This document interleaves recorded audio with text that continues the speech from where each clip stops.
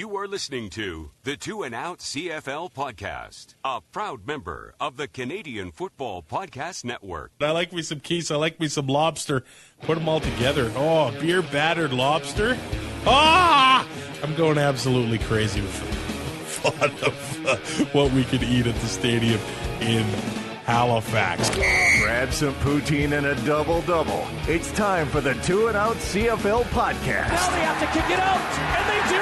Every week, Travis Currah. Does anybody still care about this podcast? And Brazilian Tide. Punters are people, too. Talk fantasy football, bring you the latest in CFL news, and sprinkle in a little bit of nonsense. Are you kidding? This is unbelievable! Ready, set, hunt! And we are a part of the Alberta Podcast Network, powered by ATB. No Brazilian tie this week. It is just me being your chauffeur for the final week of the CFL regular season. Reminding you, Two and Out Live will be in Edmonton at the Grey Cup, Thursday, November 22nd. We're doing it in the afternoon. It starts at 3:30, so, once we're done, about 4:30, CFL awards start at 6. You'll be able to go to those if you've got tickets. You'll be able to go to Spirit of Edmonton and do whatever you want for Grey Cup Thursday night. So tickets are on sale. They're $10. All proceeds going towards CFL Fans Fight Cancer. They're raising money for Wellspring Edmonton this year. And I got a tweet from Janine, who actually has been a co-host on this show before. She hosts the Mouchoir podcast out of Ottawa, covering those first place Red Blacks. She bought 4 tickets to Two and Out Live. So thanks to her for her support. We're excited to see her at the show. And hey, maybe if her Red Blacks are in the game, we'll have her on stage. We also got tweets from the Grey Cup Society asking if Brazilian Tie will bring the Montreal swear jar to Two and Out Live to donate to CFL Fans Fight Cancer. Might need a forklift to carry that Montreal swear jar by now. We might have to do the official count. I don't know. Is there somebody out there that has the official tally of dissing the Montreal Alouettes this season? I got to see how many episodes we've done. So we've done 2 a week. There are 21 weeks. That's 42. Oh, man. And if we average, say, 5 disses a week or an episode, that's 210 disses to the Montreal Alouettes. I almost eat that amount in Halloween candy in one night, man. You got to go for the peanut butter cups, by the way. Also, Fake Gainer says he's going to show up and throw some sticks of butter at Brazilian Tie. He might like that. But apparently, Ty did not eat butter. It was margarine. I don't know about you. That makes it worse, man. A spoonful of margarine. Like, at least a spoonful of butter you can scoop and, deep fry. Put it on potatoes, put it on toast. I mean, you could do that with margarine, but who eats deep-fried margarine? Nobody. Get your tickets for Two and Out Live at twoandoutlive.eventbrite.ca. We're going to have a ton of fun at the Grey Cup in Edmonton. In the Huddle with Currah and Ty on the Two and Out podcast. All right, going to have a bit of a different format to the show this week because the games really mean nothing. There is one game that has an effect on the standings. That's the last game of the week between the Calgary Stampeders and the BC Lions. So going through things a little bit differently this time around because really previewing these games might be impossible. We don't know who's going to be playing where, who's going to be doing what. So let's go through some of the news that has come out this week. The Canadian Football League actually announced the winners for each team heading into the CFL Awards coming up Grey Cup week on the Thursday, right after Two and Out Live. So the teams put out all of their nominees.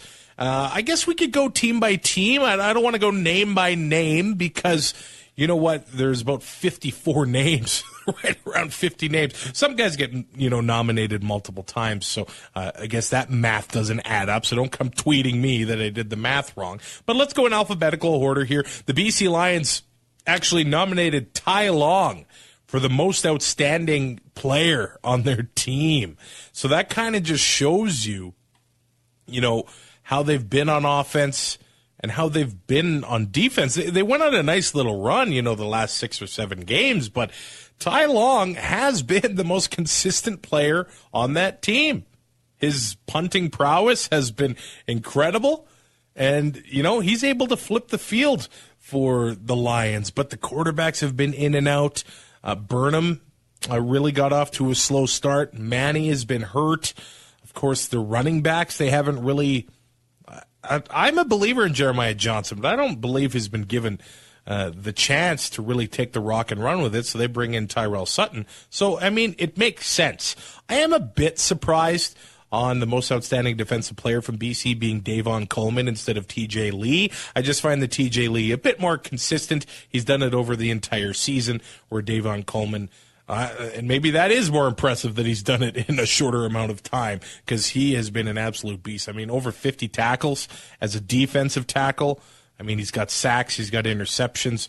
He has been a fun guy to watch for the Lions this season. In Edmonton, no real surprises. Mike Riley's your most outstanding player. Can't go wrong with that. In Calgary, bit surprised that Micah Johnson beat out Alex Singleton for most outstanding defensive player, but Singleton gets the most outstanding Canadian, and Bo gets the most outstanding player in Calgary. This is kind of funny, though. Derek Dennis gets the most outstanding offensive lineman nominee from Calgary, when in Saskatchewan last year, the guy was basically benched. He got moved to guard because it wasn't working at left tackle. And, he performed better at guard for the Riders.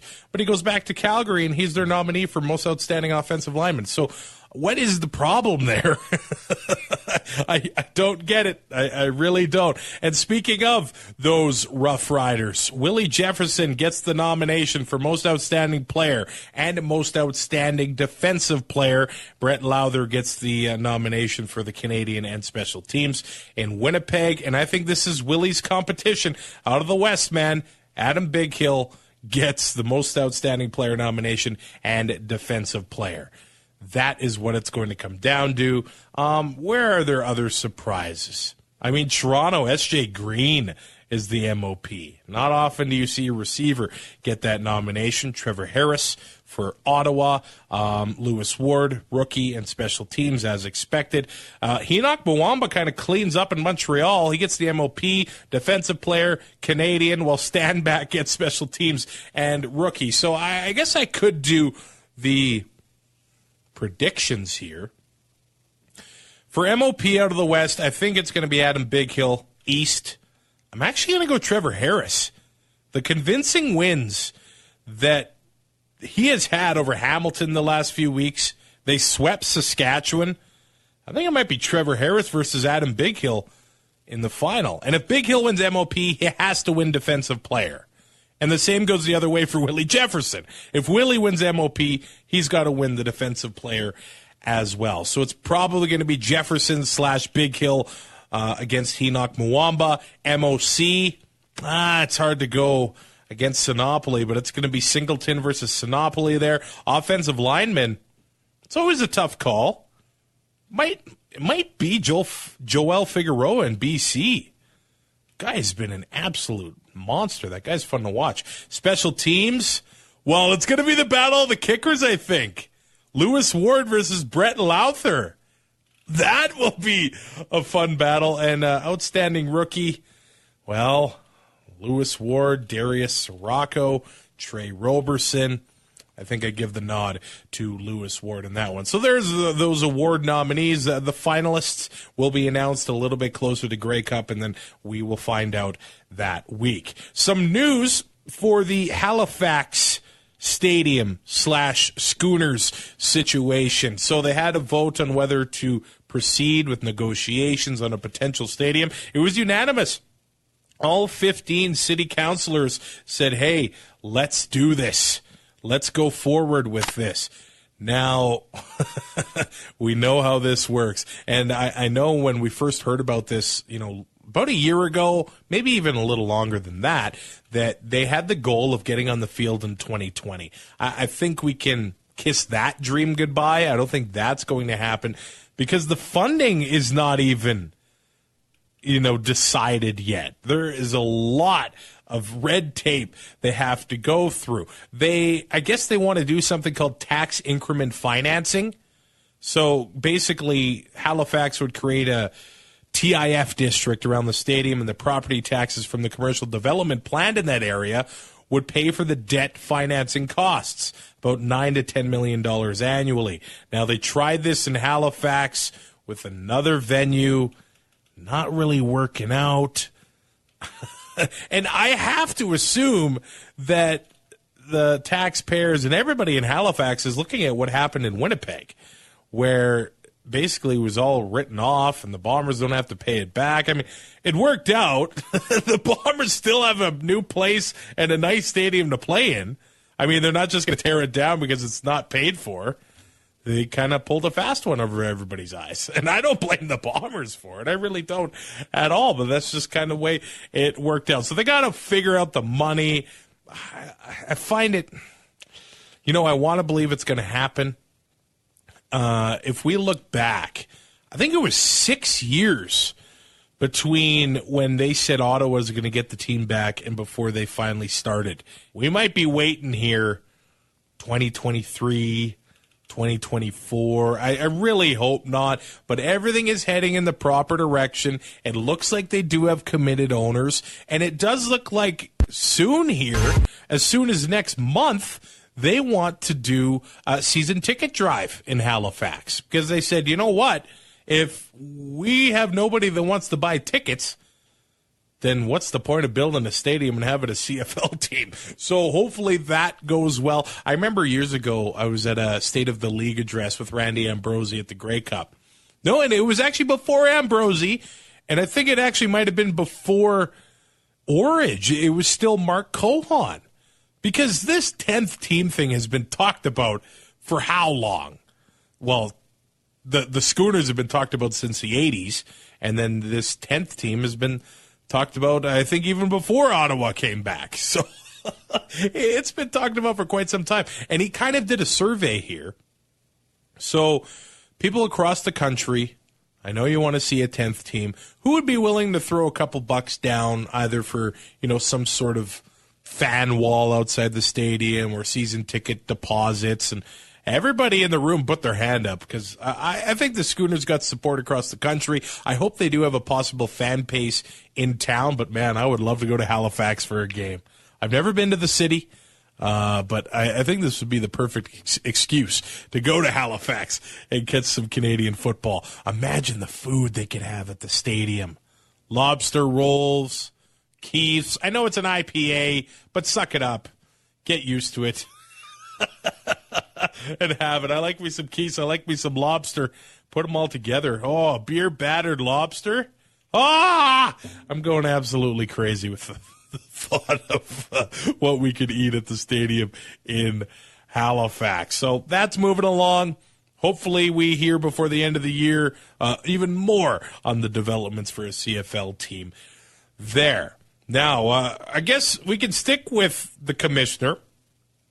He ended up making a statement regarding the hit on Zach Collaros from Odell Willis, who was not suspended but will receive the maximum fine, which is half a game check, by the way, in last weekend's Riders and BC game. And he just basically said, and I quote, "I want to acknowledge that our response to the Odell Willis hit on Zach Collaros this past weekend was clearly inadequate. First of all, the play should have been flagged and a roughing the passer penalty should have been imposed by the on-field officiating crew without Saskatchewan having to use its challenge. He's committed to removing reckless and dangerous play from our game. The fact that we did not respond adequately is not acceptable to me." So, there's the notes on the statement that Ambrosie made on the Collaros hit. And on one hand, I don't like admitting that we're inadequate, but on the other hand, I kind of admire that. Hey, we made a mistake. We're doing our best to fix this thing, but I don't know how. It's almost like one extreme to the other. Last year, we're getting called for roughing the passer when, the guy gets blown on.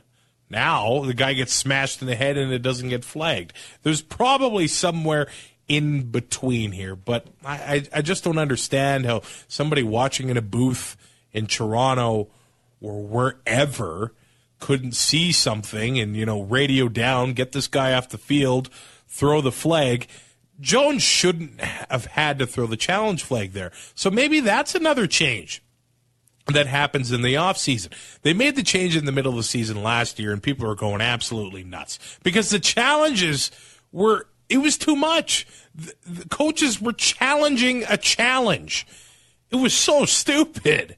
But now they get one for the game, and that is it. Jones had to throw it in the first quarter. I mean, it ended up working out for them. They kind of dominated that game later on in the second half with Willie scoring the touchdowns, or at least helping them. So it didn't really matter at the end of the day, but maybe this is something that they're going to, revisit in the offseason. I've heard another idea. People have talked about if you challenge one, you get it right, you get one back. So essentially you get two challenges as long as you got the first one right. How about this? You get one challenge per half. And they don't carry over. So if a stupid play happens and it costs you 50 yards in the first quarter, you can throw that challenge flag and you'll still have one for later in the game. Now, if you don't do it in the first half, then whatever. You don't get two in the second half. I kind of like that. Unless the coaches start just challenging, stupid ticky-tack plays again, which they have done in the past. But, hey, this commissioner has shown willingness to change, willingness to listen to suggestions, and I think that's a lot more than we can say about the last commissioner. No offense, anyway. This episode of Two and Out is brought to you by Park Power. They're a provider of electricity and natural gas in Alberta, and they offer low rates, awesome service, and profit sharing with local charities.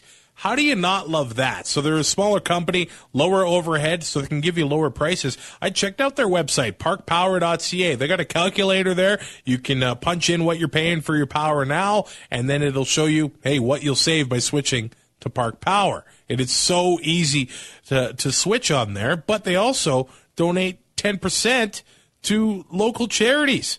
So you're supporting multiple organizations in Alberta when you get on with Park Power. You can make the switch today at parkpower.ca. That is parkpower.ca.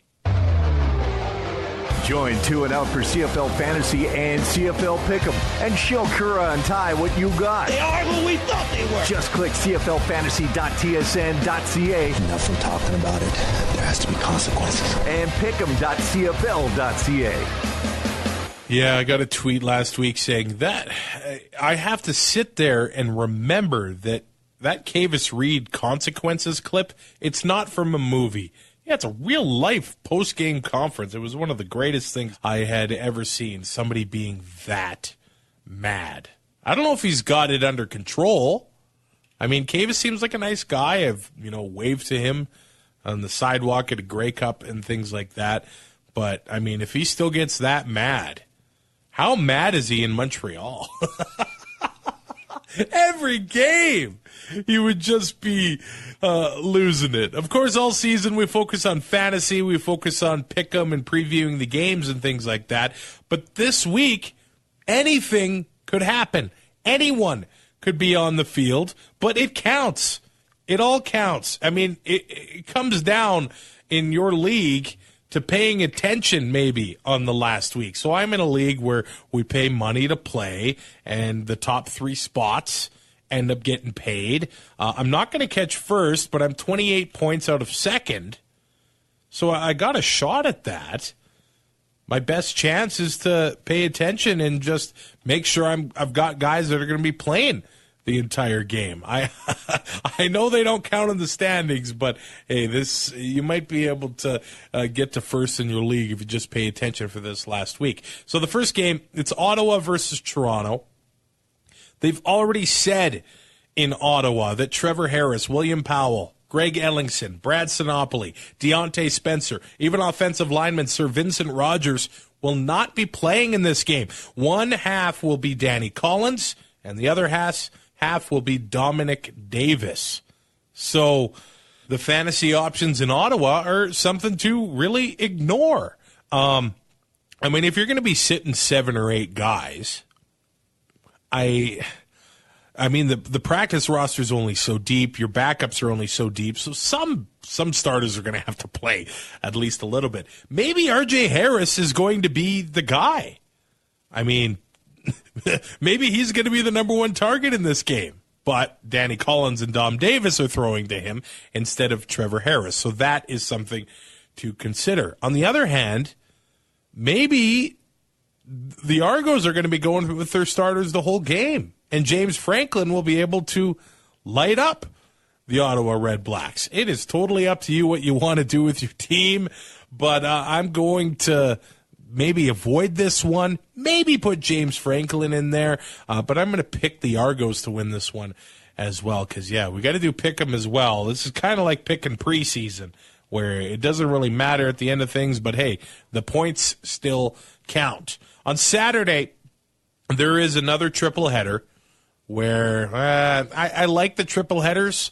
It's a bit of a risk putting a triple header on the last week of the season, though, because a lot of times it's only 1 or 2 of the games that really matter in the standings, and it turns out only one of these do matter in the standings, and only to one of the teams. I would have liked to see this Winnipeg and Edmonton game be a winner-take-all, but that's how she goes. So I guess we could talk about what's happening with the Edmonton Eskimos. Terry Jones ended up reporting that it looks like the Esks are going to be sticking with Sunderland and Moss as their GM and head coach combination next season. But yesterday, Arash Madani reports that Sunderland has been reaching out to assistants and coordinators across the league to interview for that job. And the Eskimos are a prestigious and proud franchise. So that is a big job to be a head coach in Edmonton. Trying to think what their options would be. Could Jason Moss end up in Montreal? I mean, I think I would take Jason Moss over Mike Sherman. Would you? Is that not much of an upgrade? I mean, Moss would be able to do something with that offense. I don't think that is too crazy to suggest. But what would come to Edmonton? I'm a fan of Noel Thorpe, DC in Ottawa, Jamie Elizondo, OC in Ottawa. I like him.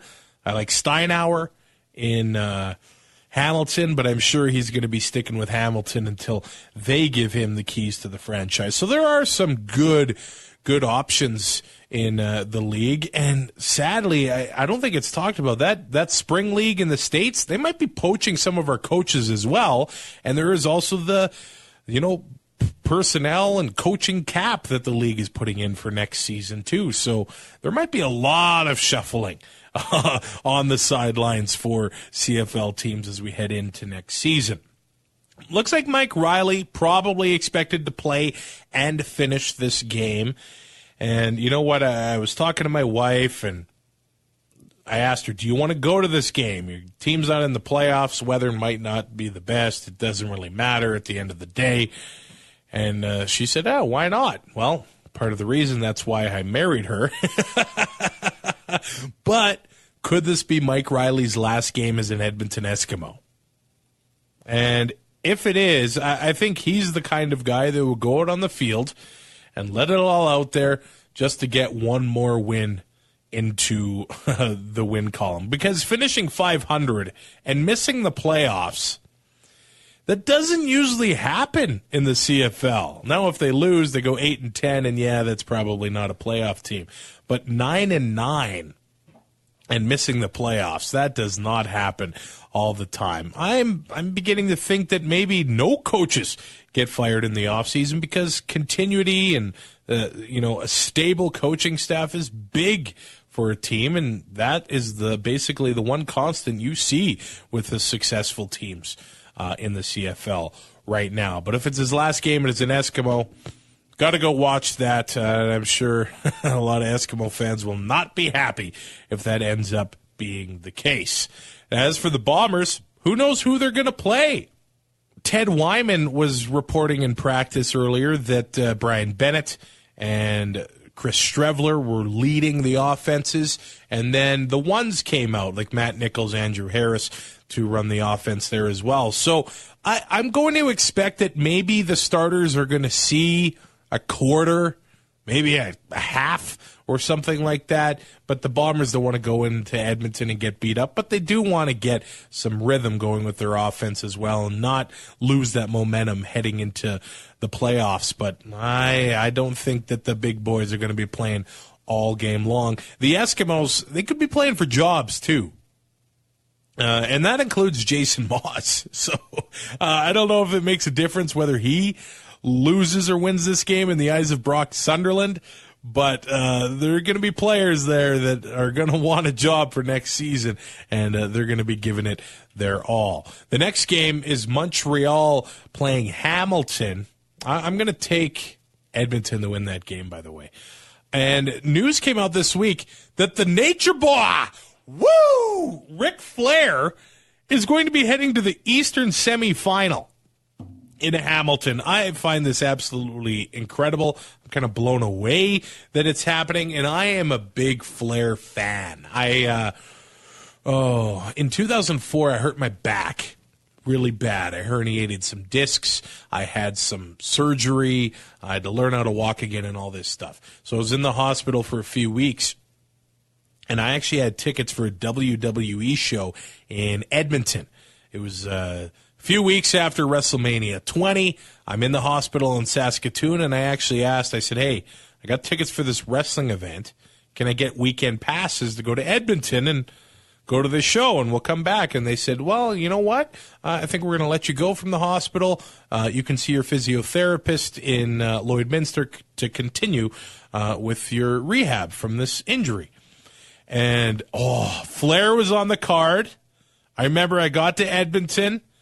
My parents actually went into the Walmart there with my buddies. They came out with a gift for me. It was the Ric Flair anthology. Man, I watched those matches. I watched those promos, and I still love them to this day. I mean, the Steamboat matches, the Dusty Rhodes matches, the Terry Funk stuff. Maybe I should start a wrestling podcast. But Ric Flair is going to be in Hamilton with King Kong Mosca. I do like the suggestion of Joe Cap finding a mystery tag team partner to take on these two at halftime. That would be awesome. But I love that the Nature Boy is wearing a CFL jersey. I never would have thought that I would have seen that in my entire life. I think the Ticats should be playing their starters, judging by how they looked against Ottawa in the last game without Brandon Banks. They need to get something going. Otherwise, they're in deep trouble when BC comes to town for the semifinals. So Jeremiah Mazzoli missed Tuesday's practice with a banged-up knee. He might be playing in this one. I got to assume they want him to play in this one. But the injuries just don't seem to stop in Hamilton. Luke Tasker is banged up. They've also got some issues on the defensive line.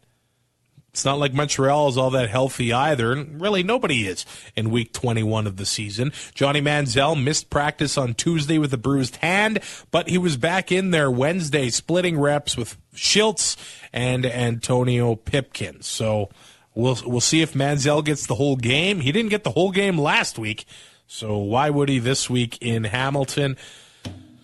I'm going to find out if Mazzoli's playing. If he's not playing, might pick Montreal. That sounds so bad coming out of my mouth. But I think I'm probably going to lead towards the Tiger Cats in this one over the Alouettes. The last game of the season and of the week is the Calgary Stampeders heading to Vancouver to take on the BC Lions. Now, it was kind of quiet at the beginning of the season. This being Wally Buono's final season in the Canadian Football League. But over the last little while, it's kind of become a farewell tour, and well-deserved, because the stats are absolutely insane. I it's hard to put into perspective here. But this game on Saturday, it is his 450th appearance as a head coach in the CFL. The playoff game next week will be his 491st appearance overall, including playoffs and Grey Cup in the CFL. He has 5 Grey Cups, 9 appearances, 282 regular season wins. Oh, man. His winning percentage with Calgary was insane. 153 wins, 79 losses, and 2 ties. He had another 129 wins with the BC Lions. So this career will never be matched, I don't think. And if you include his time as an assistant coach, a director of player personnel, and VP of football operations, 690 career games. It's also bobblehead night in Vancouver. If you're going to the game and you got an extra bobblehead, hit me up. Because I would love a Wally Buono bobblehead on my desk. He is the GOAT, and I really don't know. Just sit here and think about this. Is there a current coach that you could see coaching in the CFL 400 and some odd games from now? I don't know. I really could. O'Shea still be coaching in the CFL 25 years from now? Dave Dickinson? It is absolutely impressive, the career that Wally Buono put together. But Calgary is playing for first place in the West Division. They may be the only team playing their starters from front to back, unless the game gets out of hand.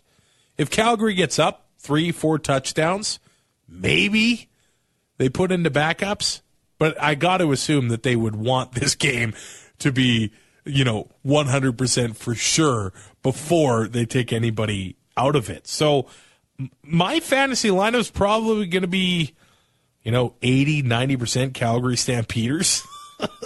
Because, well, let's face it, they're the team that's got a lot to play for.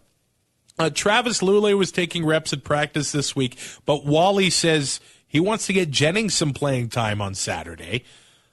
Chris Rainey, Micah Awe were both getting reps. They're both banged up. Rainey's got the hurt ankle right now, but the Lions sort of have options there. At linebacker, Solomon Elamimian says he's only about 60%. So I think the only hope that Elamimian gets into the lineup is if the Lions make the Grey Cup. Other than that, stranger things have happened, but we're not going to see Elamimian this year. And that's the interesting thing about Davon Coleman being the most outstanding defensive player nominee in BC. When's the last time somebody other than Big Hill or Elamimian was in that spot for the Lions? It's been, 10 years. But even if Chris Rainey doesn't play, they've got Jeremiah Johnson. They've got horses that they can play in that spot if these guys aren't able to go. And will the Lions want to win this game? Wally's last regular season game, his last game in BC, you got to think the players are going to want to win for him. And you know what?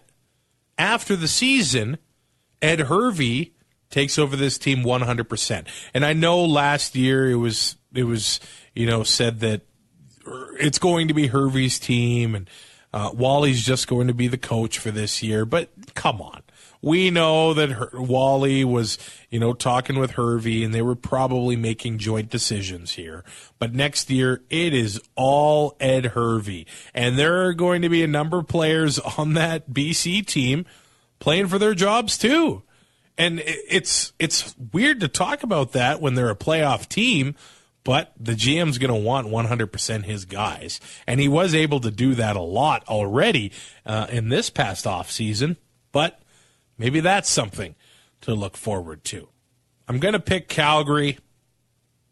I just don't think that the game really concerns BC all that much. They're going to want to get out of this one with no injuries. And but maybe they want to get that offense clicking as well, because against Saskatchewan they weren't able to get things going. So, I mean, if BC gets down fast, they'll probably throw the backups in. And if they get up big, they'll throw the backups in as well. I think it's all key to how this game starts to see how Wally's going to handle the roster as it goes on. But I do want to recommend you to bclionsden.ca. They are a part of the Canadian Football Podcast Network, just like us. But Brian and Mojo have been covering the Lions for a long, long time. And Brian wrote a blog post about 2 weeks ago now, bclionsden.ca, click blogs, saying thank you to Wally Buono. And I think it's must-read stuff. And it just shows how much Wally has done for that organization and the fan base in BC. And I think BC, Calgary, all those organizations were lucky to have a guy like Wally in it. So congrats to him on retirement. And, hey, as a Rider fan, I'd like to see him get one more win in the regular season. But like I said, I'm going to be picking the Calgary Stampeders. We are a part of the Alberta Podcast Network, powered by ATB. Check out the site, albertapodcastnetwork.com, because there's so many different shows. You're going to find something you are interested in. How about Walkcast? Tim is a journalist, an urbanist, and he talks walkability in cities by walking it. Man, that is actually a really cool concept. And I'm just thinking about the cities I've been to for Grey Cups and walkability. I mean, there are some nice cities in Canada you can walk around, and there are nice cities in Alberta as well. So check out Walkcast with Tim. I love the concept behind that show. Brazilian Tie will be back next week. Next week, the playoffs will be here. Maybe on Monday's show we'll do kind of a postseason goodbye to the teams not in the playoffs. And, wave goodbye as they get ready for next season. But, man, I love November football so much. Give us a rating, a review, a subscription on iTunes or wherever you get your podcasts. And buy your tickets for 2 and Out Live, November 22nd at the Grey Cup. 2andoutlive.eventbrite.ca as we raise money for CFL fans fight cancer. Enjoy the last weekend of the season, and we'll talk to you next week. Thanks for listening. Find more great shows like this at CF Pod Network on Twitter.